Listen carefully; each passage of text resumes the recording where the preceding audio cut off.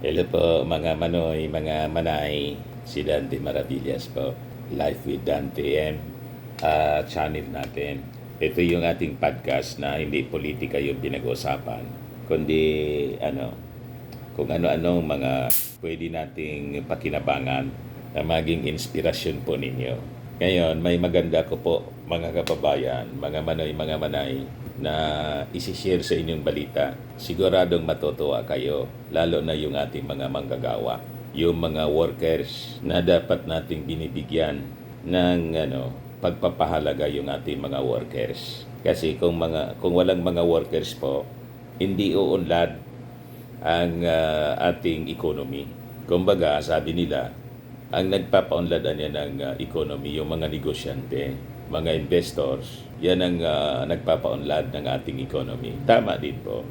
Kaya lang itong mga investments, nitong mga negosyante, mga mayayaman, kung wala naman silang empleyado, without the workers na gagawa po yan sa kanilang mga negosyo, sa mga malls, sa mga tindahan, sa mga industries, di ba? Paano sila yayaman at paano uunlad yung ating economy? So napaka-importante yung human resources po. Kahit sa mga media industries, sa amin, bakit yumaman yung ABS-CBN? Dahil sa mga magagaling na mga media practitioners. Sumikat yung istasyon kasi may mga magagaling na media personalities. Sila nagpayaman. Halimbawa, yung mga sa movie industries naman po, bakit yumaman yung mga producers? Yung mga may-ari ng production companies tulad ng Viva Films, Star Cinema, GMA Productions, dahil sa kanilang mga artista. These are workers, mga kababayan. So, napaka-importante yung human resources. Lahat ng mga companies without men and women, yung mga manggagawa, hindi man po yan uunlad. Di ba? Kaya lang kahapon yung discussions natin, AI, ang daming mga workers natin ang papalitan na ng AI. Anyway, sabi ko nga kahapon, dapat lang mag-adjust tayo, mag-adapt tayo. O ngayon, Mr. Maravillas, yung magandang balita. Ito po, galing sa Congress, nag-celebrate ngayon yung sila kasi yung mga authors nito, ipinasa na kasi po sa third and final reading yung 200 pesos na minimum wage hike. O di ba napakagandang balitang ito para sa ating mga kababayan, sa ating mga manoy at mga manayo. Congressmen celebrate passage of 200 minimum wage hike bill.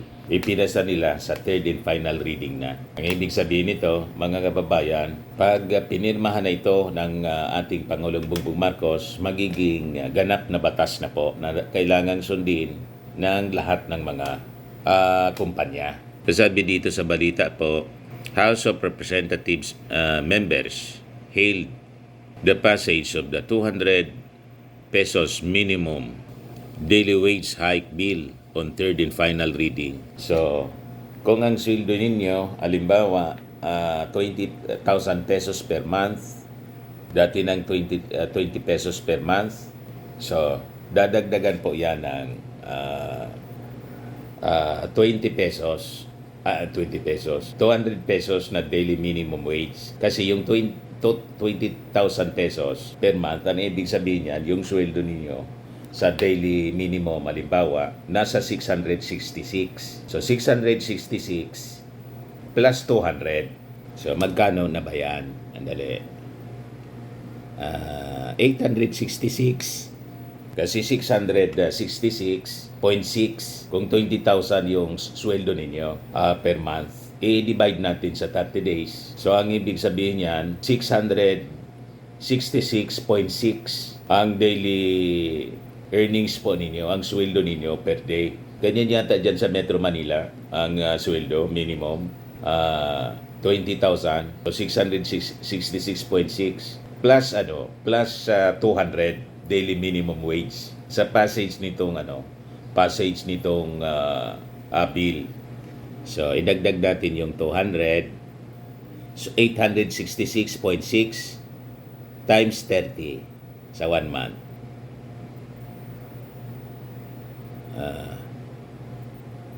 Dali lang. 25,000 na po. So from 20,000, 25,998 yung magiging monthly salary ninyo. O, di ba? Ayos na ayos po, mga kababayan. Kaya laking tulong ito sa ating mga manggagawa. Kasabi dito sa balita, celebrating the House overwhelming approval of House Bill number 11376 or the Wage Hike for Minimum Wage Workers Act, where Cavite 1st District Representative Ramon Jojo Revilla III, Akbayan Party List Representative Percy Sindanya, Sibac Party List Representative Eddie Villanueva, and Gabriela Party List Representative Arlene Brosas. Sila siguro yung mga main authors nito, major sponsors ng bill. Nire-recognize nila yung pangangailangan ng ating mga workers. So, bigyan natin ng commendation, ng pasasalamat at kapurihan itong mga members ng Congress natin na nagsulong dito. At pasalamatan natin sila dahil yung interes ng ating mga manggagawa, isinulong po nila. The historical significance and sheer importance of the bill to Filipino workers were not lost on this 19th Congress, sabi po ng mga authors. Revilla, the bill's principal author, says the measure is long overdue. Recognition of the vital role of workers in nation building. So si Revilla pala po, akala ko si Arlene Brosas, yung Akbayan representative na si Percy Sindanya, si Revilla pala po. Kasi usually ganitong mga legislation po, ang author po, advocacy kasi ito ng mga makabayan, di ba? Tulad ni Arlene Brosas, kaya isinupport nila. So maganda naman po. Anyway, lahat naman dapat ng ating mga congressmen as representative of the people, isinusulong ang interes ng ating mga manggagawa, kahit yung mga mayayaman na congressmen. Kasi sabi nga natin, ito mga mayayaman na congressmen, most of this mga company owners, mga negosyante, hindi man po unlad sila, hindi sila yayaman without the support ng kanilang mga without the sacrifices ng kanilang mga empleyado na naging parte ng pag-unlad ng kanilang mga company. So tama lang na ibigay yung tama din na pasweldo sa ating mga manggagawa.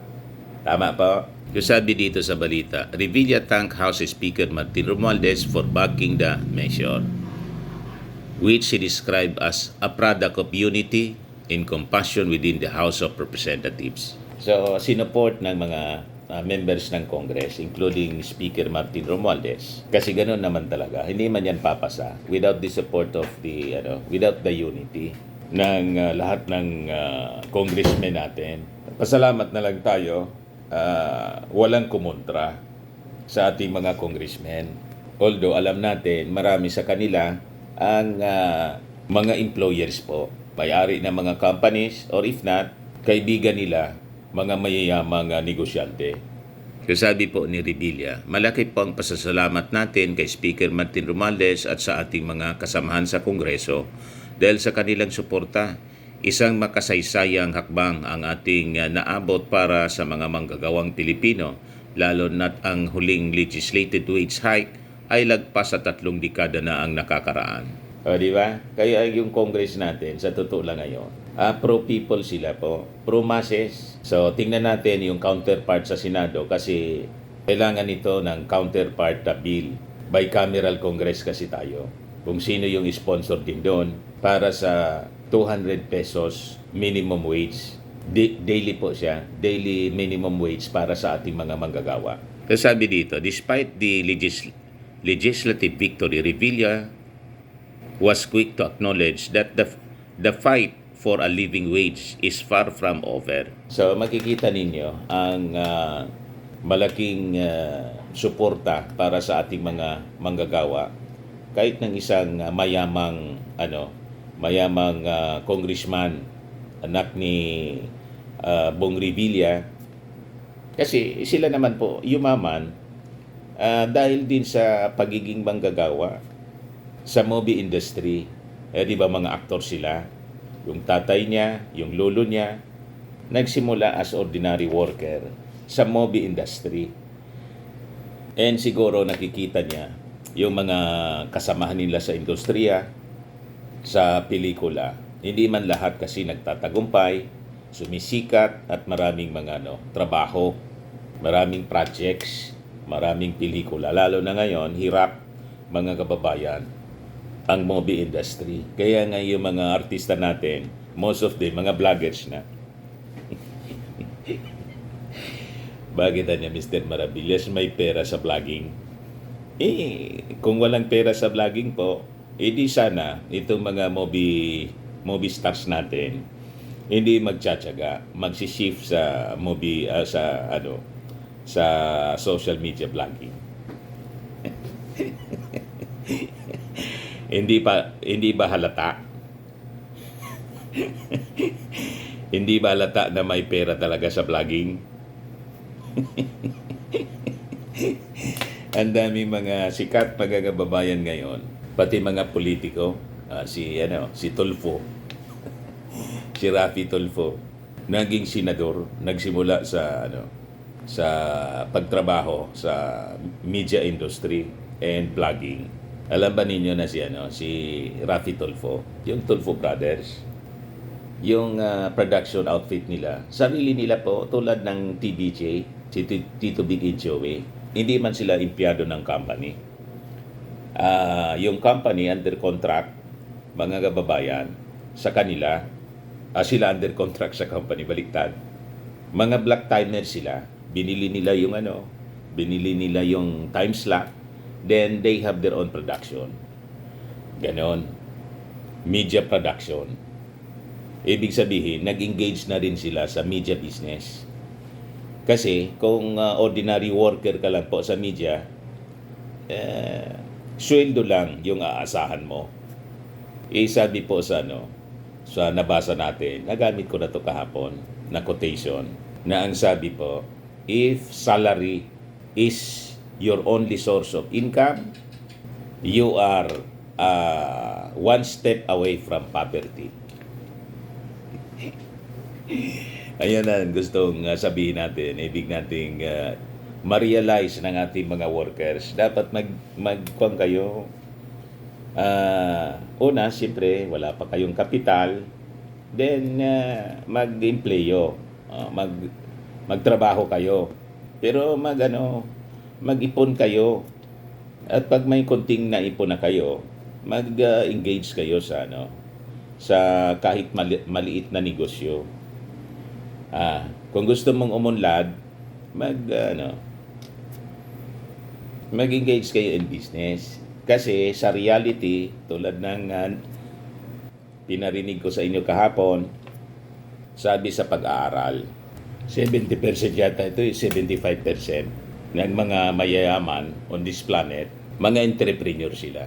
10% yata yon yung pakasabi, mga investors, negosyante pa rin. Tapos 7% yata ng mga mayaman, inheritance, dati ng mayaman. 3% yata yung pakasabi, mga entertainers, mga sikat na entertainers, sportsmen. 0% yung pakasabi doon are employees. Ibig sabihin, walang mayaman na empleyado. Pag empleyado ka, talagang wala. Kasi tama yung quotations natin na nabasa. If salary is your only source of income, you are one step away from poverty. Ganun ang kalagayan mo. Kaya tayo nagpapasalamat din kasi itong mga congressman na to, si Congressman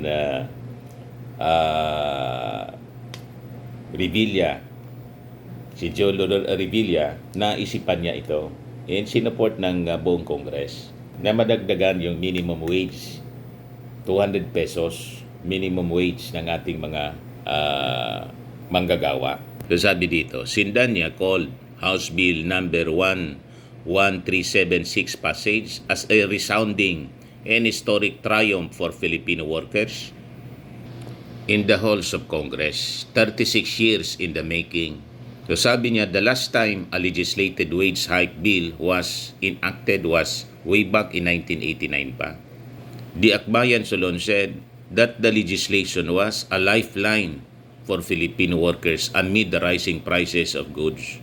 Salbabidaan niya ito ng mga manggagawang nalulunod sa taas ng presyo ng bilihin, petrolyo, tubig at kuryente. This legislative breakthrough sends a strong message that Filipino workers deserve to live a life of comfort and dignity. So sabi dito, Villanueva also hailed the measure's passage as he said that every Filipino employee's dignity must be upheld by ensuring that they are given not only what is just but what is humane, makatao, mga kababayan. This legislated wage hike is a moral step towards fairness in the face of rising prices and stagnant wages. This is not just an economic and social measure, sabi po ni Villanueva. It is a biblical and ethical duty. Si Villanueva, yung Jesus is Lord at Church, siya yung head, yung tatay ni Joel Villanueva ito. It is biblical and ethical duty. The Bible reminds us that the worker deserves his wages. In Luke 10:7, sabi niya, we must act with justice in compassion for the nation's workforce. Sabi kasi sa Luke 10 verse 7, and stay in that same house, eating and drinking what they offer you, for the workers is worthy of his wages. So ang ibig sabihin, ang ating mga manggagawa, dapat worthy sila, nabigyan ng tamang pasahod, worthy of his wages. Kasi nagsiservisyo sila. Yumaman ka bilang isang employer dahil sa kanilang pagpapagal din. Di ba? So, dapat lang na yung sweldo nila ay makatao din. Kaya din na mabuhay yung kanilang pamilya. Di ba? Biblical po siya. Kaya sabi dito, this verse also highlights the concept of the workers is worthy of his wages, suggesting that those who labor in service deserve to be supported. Dapat sinusupport natin sila na umunlad din sa buhay. So tama ito mga kababayan, mabuhay itong mga members ng Congress na isinulong po itong wage hike. Kaya sabi ni Villanueva, it is not just an economic and social measure, itong legislation na to. It is a biblical and ethical duty. So House Bill number 11376 covers all minimum wage earners regardless of industry, employment status, or business size. So lahat mga kababayan, covered nito. Existing allowances and benefits will also remain unaffected and cannot be diminished as a result of the wage increase. Gusto sabihin, ang ibig sabihin, yung dati mong sweldo, plus itong wage hike. Kaya nga wage hike, ibig sabihin, dati ka nang may sweldo. Over and above your salary, monthly salary ng tinatanggap, tulad ng computation natin. Halimbawa, 20,000 per month yung sweldo mo. So, ang ibig sabihin yan, 666.6 ang sweldo mo per day. Kasi 20,000 divided by 30 days lang yung computation. 666.6.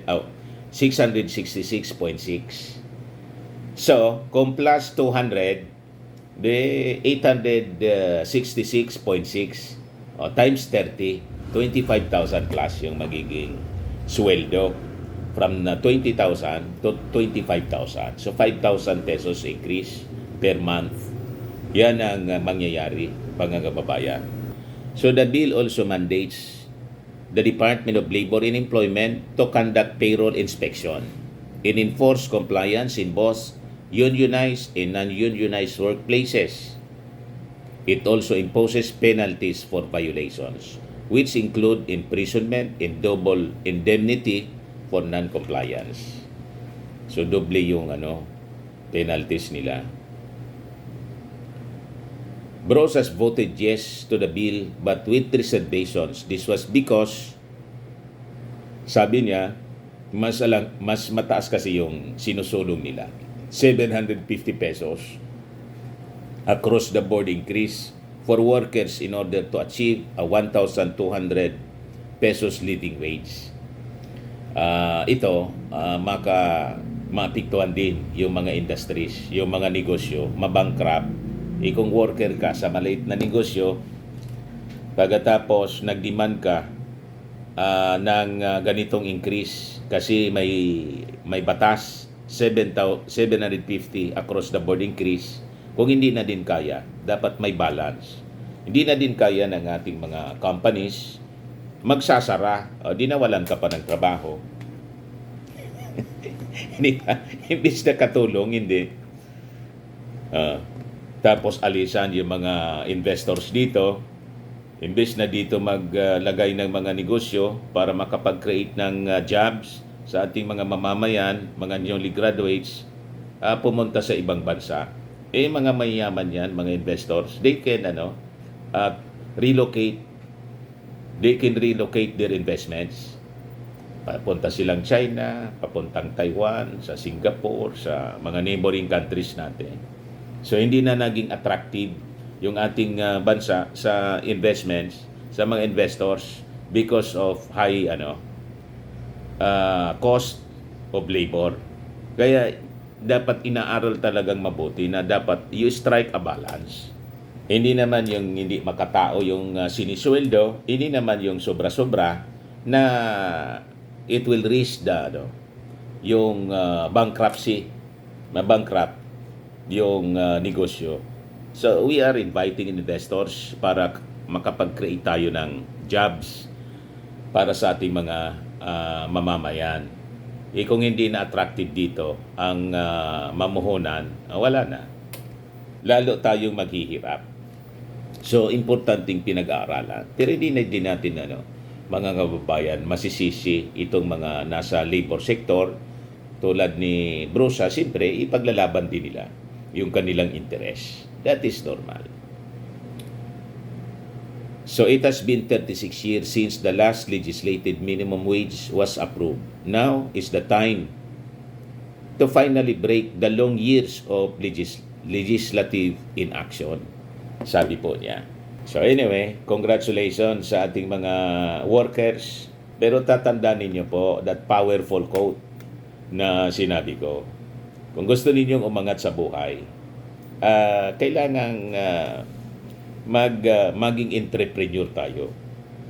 Learn to invest, learn to engage in business. Sa totoo lang naman po, ang pagiging worker, negosyo din po ito. Ang problema lang po, kaya konti ang pumapasok na pera sa'yo kasi dependent ka lang sa sweldo. But this is also business. Ang kinakalakal mo yung serbisyo mo di ba? Sa employment, you are paid. Ang ninegosyo mo lang yung lakas mo, yung skills mo, di ba? Kaya hindi ka umunlad kasi konti yung napupunta sa yung sa cash flow. Sabi nga ni yung author si Robert Kiyosaki, sa cash flow kasi nandun ka sa first quadrant yata yun. Hindi ako nagkakamali. First quadrant ng cash flow. Kung saan ang cash flow nga, dumadaloy na pera sa'yo ay galing lang sa sweldo. So, may 4 na quadrant sa cash flow, mga kababayan. Si Robert Kiyosaki, ikuwan po ninyo, pag-aralan ninyo, i-research ninyo, mga kababayan. Kung hindi, bumili kayo ng libro ni Robert Kiyosaki, Rich Dad, Poor Dad. Yun ang kwento mga kababayan ng tatay, yung totoong tatay niya, tapos yung kinikilala niyang tatay. Yung tatay niya, principal ni Robert Kiyosaki. Mahirap kasi yung principal sa eskwelahan, dependent lang sa kanyang sweldo. Yung rich dad, hindi man yun nakatapos, pero nag-engage in business, yumaman. Siya yung rich dad. You see? Kasi nandun siya sa cash flow na maraming cash ang dumadaloy. Sa quadrant, I mean, na maraming cash ang dumadaloy. Hindi ba sa mga negosyante? Marami sa mall, ang daming pera kasi yung mga paninda, namimili sila doon. Tingnan ninyo ang cash. Doon sa teller, dumadaloy, napakaraming pera ang dumadaloy. Pero yung teller mismo, sinisweldoan lang yon. Magkano yung sweldo nyon? 15,000 per month, 10,000 per month. Pero yung binibilang ng pera, milyon, yung teller, iniman sa kanya yon sa may-ari ng mall. Yun yung may-ari ng mall, nandun sa bahay niya, nagbibilang lang ng pera dumadaloy at naka-deposit sa BDO. Yung may-ari ng ng BDO, parehas ng may-ari ng SM. Di ba? So galing sa SM, mga customer na bumibili, milyon-milyon yung pumapasok na pera, deposito nila sa bangko, sarili nilang bangko. Kita ninyo kung bakit mayaman yung family. Yung cash flow kasi, nandun sila sa quadrant siya, doon sa cash flow ni Robert Kiyosaki. Third quadrant yata, kasi yung second quadrant, yung engage in small business. Tapos yung third quadrant, yung mga ari ng companies na malaki. Then sa fourth quadrant, yung mga investments, multi-billion investments. You see? So sila yung mayayaman. Kaya sabi doon sa plenay natin na truth about riches on this planet, 75% niya entrepreneur. Then 0% employees. Sa mga mayayaman daw dito sa mundo, yan ang reality. Ito yung discussion natin dito sa yung upload ko kahapon. Comedian Jimmy Santos naging street vendor na lang. Tapos inspiring Ito, iparinig ko sa inyo. Nakwento ng buhay ni Jimmy Santos na after retirement, hindi siya tumigil sa pagtatrabaho. Like me, after my retirement at age 50 sa mainstream media, hindi tayo tumigil sa ating trabaho para hindi tayo po maging pabigat sa ating pamilya. Di ba? And sa mga aspiring content creators na masyadong nag-struggle, madaling sumurrender, gusto natin makatulong din sa kanila na ang pagiging content creator po, ito ngayon ang bagong emerging career. Dapat sabayan po ninyo. Tingnan ninyo yung mga artista, singers, actors, comedian, napiktuan yung kanilang industry, mga kababayan, the movie industry because of the, una yung pandemic. So kanya-kanya silang hanap ng alternative na trabaho, and most of them nasa vlogging na din po, mga kababayan. Kahit yung mga nasa mainstream media tulad ni Katunying, di ba? Ni Julius Babaw, ni Christine Babaw, ni Uchi Diaz. Kasi nagbabago talaga po ang panahon. So hanap tayo ng pamamaraan kung paano we continue living, and we have to adjust. We have to adapt and adjust, mga kababayan, sa ever-changing times and ever-changing world. Pag hindi, ito yung sinasabi ko sa inyo, lilipasan ka ng panahon. Pag pinaglipasan ka ng panahon, kawawa ka. Di ba? So, mabuhay si Jimmy Santos. At yung ating mga street vendors na pinicture ni Jimmy Santos, ang isang street vendor, to honor their sacrifices. para sa kanilang pamilya. Nagnegosyo po Ngayon, kayo. kanina nabanggit ko mga kababayan yung isa pang gusto kong i-feature sa inyo. Ito. By the way, share ko pala itong napakagandang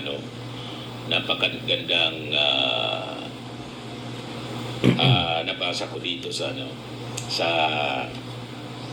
Facebook. Sabi dito, shinare ni Greg Sumilhig, isang financial coach. Sabi niya, if your salary is your only source of income, you are one step away from poverty. Hindi ko alam kung quotation ito galing kay Bill Gates or anonymous po ang nagsabi nito. Just an anonymous author. I-share ninyo po ito, kahit sino mga man yung nagsabi noon, mga very good ideas. Napakaganda. At Tapos napakatotoo i-apply ninyo sa yung sinabi. i-apply ninyo sa inyong sariling buhay. Ako ganun, sayang. Sige ang search ninyo, sige ang cellphone ninyo. 'Di ba? Nasasayang yung oras natin. Dapat pag nag-search kayo sa internet, cellphone kayo ng cellphone, may pakinabang po tayo. Hanap kayo ng mga opportunities. Kasi pag nag-enjoy lang kayo ng kaka-cellphone, wala. Time is gold po. Ako po, ang ginawa kong technique, abang nagsisearch ako sa cellphone, nagsisearch po ako ng mga opportunities, ng mga magagandang ideya para magamit ko kung paano umunlad ang aking buhay, ang aking sarili para sa ating family. Ganon. Yung iba, cellphone po. Inubos yung panahon sa kaka-cellphone. Pagka-cellphone po, napagod, natulog. Wala, hindi ka unlad. Pero kung may cellphone ka, ako dalawang cellphone ko. Marami pa nga doon, yung mga dati kong cellphone. Kaya sabi ko, i-upgrade ko yung cellphone ko kasi yung camera niya, hindi maganda hindi maganda. We have to upgrade. Kaya napakarami yung cellphone. Kasi yung purpose natin, mag-search ng opportunities. Ang daming online na mga negosyo na pwede nating gawin. 'Di ba? Ito nga na iniinom ko, Paragis. Binili ko ito online. Kaya lang mag-ingat po kayo. Kasi nabiktima po ako. May nakita kong advertisement. Tawag dito. Nag-advertise ng gatas para sa diabetic. Mataas yung sugar ko kasi. Sabi ko, tama ito sa akin. Buti na lang, na-check ng anak ko. Itinapon ko na lang, mahal pa naman. 4,000. Tapos makulit pa nga. Siging tawag sa akin para repurchase ako. Sabi ko, hindi na ako bibili sa inyo. Kasi after na ma-discover ko, tumawag ako sa inyo. Ayaw ninyong sagutin. Na-discover ko po, walang FDA. So, piki po. So, peligroso, di ba? So, importante may FDA. Itong iniinom ko ngayon, herbal tea. May FDA siya, registered. Importante 'yon para sa ating proteksyon. Na hindi tayo mapeke. Baka yung kinokonsume natin, makasama imbis makatulong. Pero itong Paragis na iniinom ko, na-try ko na siya. Tapos FDA approved siya. Paragis with lemongrass. All natural siya. Tapos with malunggay. Maganda yung pakiramdam ko. Mag-1 month na akong umiinom nito. Kaya nag-repurchase ako. So, imagine, through online business po, ang daming umasenso, yumaman sa buhay dahil sa online business. Si Rosmar, di ba si Rosmar yumaman, nagtitinda ng sabon, mga beauty products, sarili na niya. Diskarte sa buhay, mga kababayan, gawin ninyo. Hindi masama ang gumaya. Gaya-gaya lang. Sabi ko, itong vlogging ko po, bakit ako nag-vlogging? Nakita ko nagbablog si Chinkitan. Sabi ko si Chinkitan, nagbablog. Ano ginagawa niya? Nagko-coach siya kasi marunong siya sa negosyo.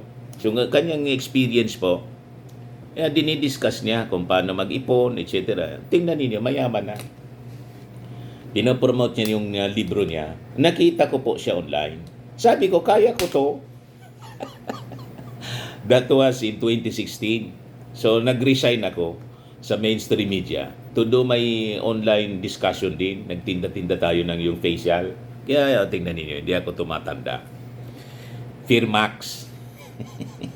Automax Firmax. So, naghanap ako ng produkto.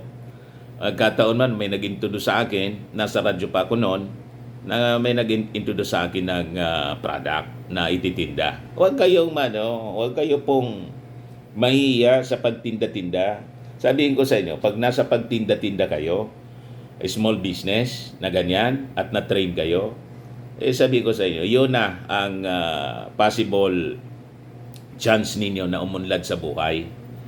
Kasi nag-engage na kayo sa negosyo. Kasi wala man pong yumaman na empleyado, 0% ang chance mong yumaman. 0% sabi sa studies. That is reality. 75% entrepreneur. Yung iba na mayaman, investors, big investors, negosyante, o entertainers, yung iba, dahil mayaman na sila, mana, inheritance nila yung kayamanan. Di ba? Halimbawa, yung pamilya C, inheritance nila. Pero si Villar, galing siya sa